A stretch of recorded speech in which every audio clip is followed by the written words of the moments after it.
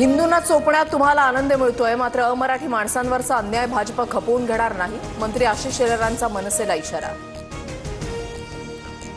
मनसेच्या आंदोलनाच्या आशिष शेलारांकडून पहलगाम हल्ल्याची तुलना. पहलगाममध्ये धर्म विचारून निष्पाप हिंदूंना गोळ्या झाडल्या, इथे निष्पाप हिंदूंना भाषा विचारून चोपत आहेत. शेलारांचा हल्लाबोल. आमची भावकी एकत्रच आली आहे, आमच्या नादाला लागू नका. मनसे नेते अविनाश जाधवांचा भाजपवर निशाणा. तर ज्या पाकिस्ताननं आपल्या नागरिकांना मारलं त्यांच्याशी फक्त युद्धाचं नाटक केलं, जाधवांची टीका.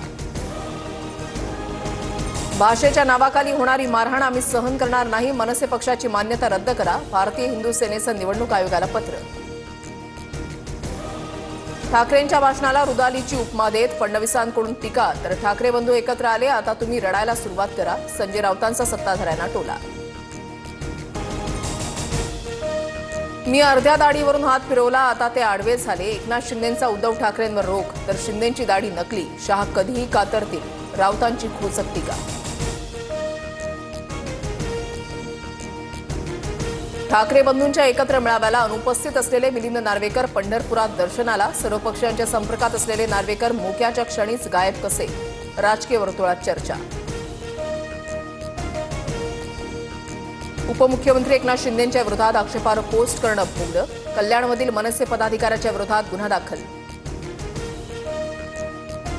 गंगापूर धरणातून पाण्याचा विसर्ग. नाशिकच्या रामकुंड परिसरात पूरस्थिती. गोदावरी नदीपात्रामध्ये विसर्ग वाढवल्यामुळे पाणी पातळीमध्ये मोठी वाढ.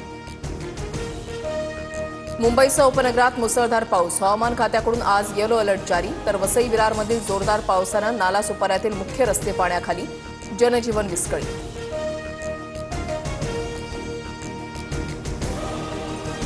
राज्यात पुढील 2 दिवस मुसळधार पावसाचा इशारा. पुणे जिल्ह्यातील घाटमाथ्यावर आज आणि उद्या अतिमुसळधार पावसाचा अंदाज. राजस्थानच्या सवाई माधोपूरमध्ये मुसळधार पाऊस. अनेक भागात जनजीवन विस्कळीत. भागवतगडमध्ये मुसळधार पावसात तलावाचा बांध फुटल्यानं सकल भागातील घरांमध्ये पाणी.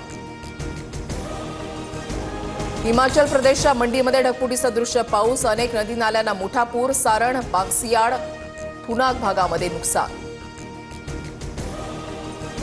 जम्मू काश्मीरच्या राजौरीमध्ये तुफान पाऊस. धारहाली आणि सक्तोह भागातील नद्यांचं रौद्ररूप. अमेरिकेमधल्या टेक्सासमध्ये पुरामुळे कहर. आतापर्यंत 51 जणांचा मृत्यू. ग्वाडालुपे नदीची पाण्याची पातळी अवघ्या 45 मिनिटात तब्बल 26 फुटांनी वाढली. पंढरपुरात आषाढी एकादशीचा आनंदोत्सव. विठ्ठल रुक्मिणीच्या चरणी नतमस्तक होण्यासाठी भक्तांचा महासागर. मंदिराला आकर्षक सजावट.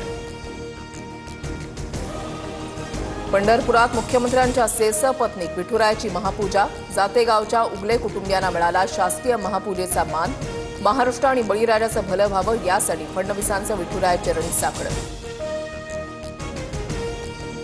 पंढरपूरप्रमाणे शिर्डीतही आषाढी एकादशीचा मोठा उत्साह. साईबाबांच्या दर्शनासाठी भाविकांची गर्दी. 13 टन खिचडीचा महाप्रसाद.